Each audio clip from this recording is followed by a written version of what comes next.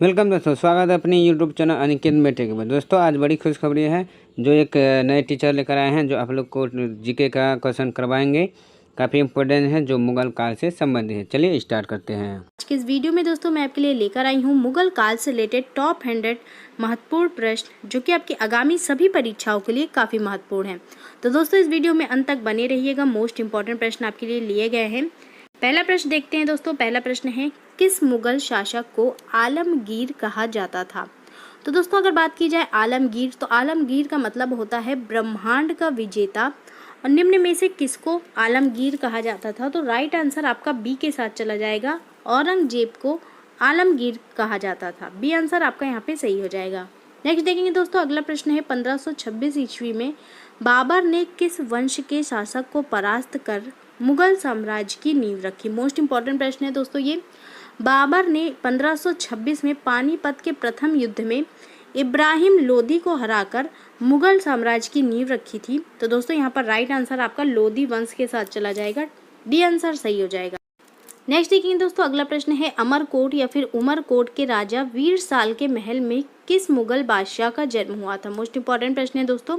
अगर बात की जाए अमरकोट में किस मुगल बादशाह का जन्म हुआ था? राइट आंसर दोस्तों सी के साथ जाएगा। मुगल बादशाह अकबर का जन्म अमरकोट में हुआ था, राजा वीर साल के महल में। अगला प्रश्न देखिए दोस्तों, पानीपत का प्रथम युद्ध कब हुआ था? काफी फेमस युद्ध था दोस्तों ये, अक्सर एग्जाम में पूछा जाता है।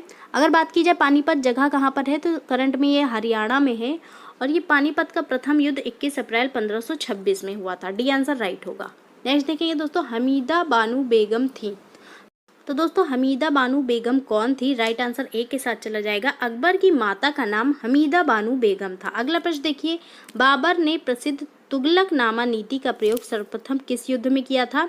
तो दोस्तों बाबर ने प्रसिद्ध तुगलकनामा नीति का प्रयोग सबसे पहले पानीपत के प्रथम युद्ध में किया था। बी आंसर सही हो जाएगा आपका यहाँ पे। अगला प्रश्न देखिए दोस्तों, अकबर ने सर्वप्रथम वैवाहिक संबंध राजपूतों के जिस ग्रह से स्थापित किया वह था? तो दोस्तों अकबर ने वैवाहिक संबंध किन राजपूतों के साथ किया था? कछवाहों के साथ। डी आंसर आपका यहाँ पे सही हो जाएगा। अगला प्रश्न देखिए दोस्तों। अगला प्रश्न है, सर थॉमस रो किस देश के राजा का राजदूत था? तो दोस्तों आपको बता दें, सर थॉमस रो जो था ये इंग्लैंड के राजा का राजदूत था, और जहांगीर के दरबार में ये आया था 1615 ईस्वी में। तो दोस्तों राइट आंसर ए के साथ चला जाएगा। इंग्लैंड के राजा का ये राजदूत था। ये आंसर सही हो जाएगा। नेक्स्ट देखेंगे दोस्तों। अगला प्रश्न है, अंतिम मुगल बादशाह बहादुर शाह जफर द्वितीय था, उसके पिता का क्या नाम था? तो दोस्तों अगर बात की जाए बहादुर शाह जफर द्वितीय के पिता का क्या नाम था? राइट आंसर चला जाएगा अकबर शाह द्वितीय। डी आंसर आपका यहाँ पे बिल्कुल सही हो जाएगा। अगला प्रश्न देखिए दोस्तों। अगला प्रश्न है, गुजरात विजय की यादगार में अकबर ने किसका निर्माण कराया था? तो दोस्तों गुजरात विजय की यादगार में अकबर ने बुलंद दरवाजे का निर्माण कराया था। डी आंसर यहाँ पे आपका बिल्कुल सही हो जाएगा। नेक्स्ट देखेंगे, अकबर द्वारा बनाई गई कौन सी इमारत का नक्शा बौद्ध विहार की तरह है? मोस्ट इंपॉर्टेंट प्रश्न है दोस्तों ये।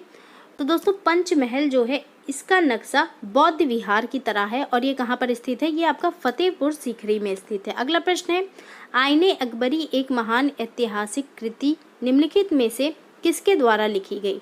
तो दोस्तों आईने अकबरी ये लिखी गई थी अबुल फजल के द्वारा। सी आंसर आपका यहाँ पे सही हो जाएगा।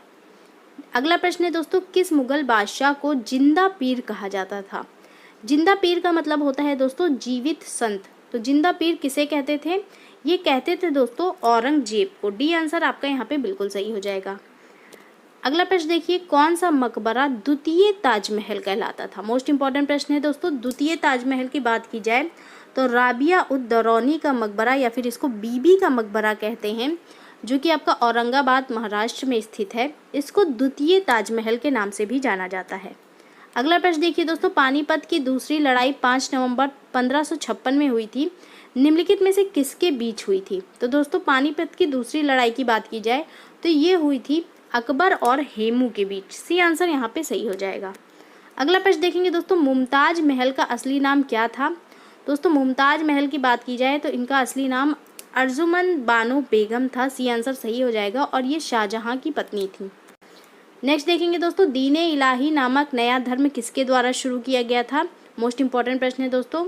ये धर्म शुरू किया गया था दोस्तों मुगल बादशाह अकबर के द्वारा। ए आंसर आपका यहाँ पे सही होगा। अगला प्रश्न देखिए दोस्तों, ईरान के शाह और मुगल शासकों के बीच झगड़े की जड़ क्या थी? तो ईरान के शाह और मुगल शासकों के बीच दोस्तों झगड़े की जड़ थी कंधार। डी आंसर आपका यहाँ पे सही होगा। प्रसिद्ध मुगल शासिका चांद बीबी जिसने बरार को अकबर को सौंपा, निम्नलिखित में से किस राज्य से संबंधित थी? तो दोस्तों चांद बीबी जो थी इसका संबंध अहमदनगर से था। ए आंसर आपका यहाँ पे राइट होगा।